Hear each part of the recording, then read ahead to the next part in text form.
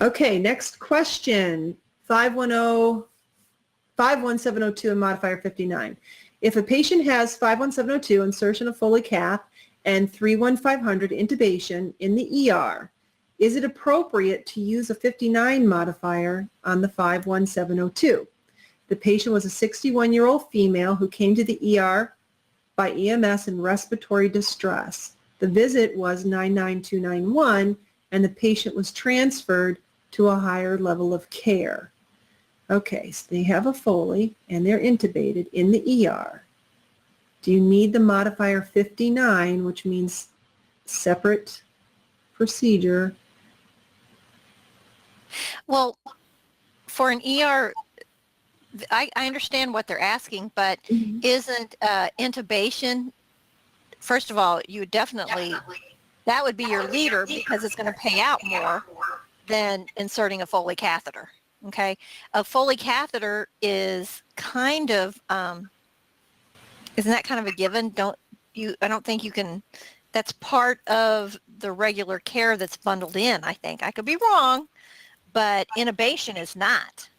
So I'd be very careful about charging for the insertion of a Foley catheter when it may be bundled in. Am I on a tangent here there? No, I see what you're saying. I was just looking up modifier 59 to get the full definition. Distinct procedural service. Under certain circumstances, the physician may need to indicate that a procedure or service was distinct or independent from another service performed on that day. So in that case, 59 is normally used to, when it's possible, the two codes, one could be considered bundled into the other. I don't see that here. A Foley cath and intubation, two different areas of the body. So I don't think there's a need to have to say that they are distinct, because it's clear that they are. So I would say no, you don't need to use it.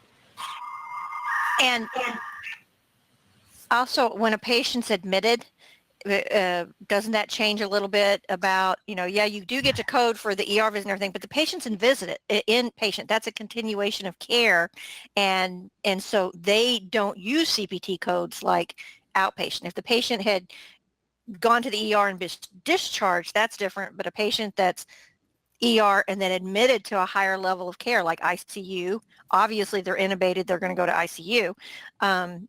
That's a little bit different. So CPT doesn't carry weight with inpatient. It becomes PCS codes and stuff. So.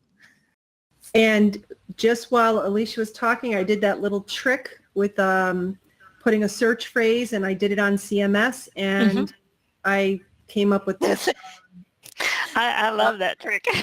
Oh, awesome. It's how we start all our research. So this is a good article. So what I'm going to do is I'm going to paste this in the chat for those that would like that. Oh, and I heard a rumor that those X modifiers have to be used this year. Oh, it's no. I haven't looked into it yet, but yeah, I don't like the X modifiers. We may be, you may be seeing that on a future webinar. Do you need more medical certification and business training? Learn more at www.cco.us.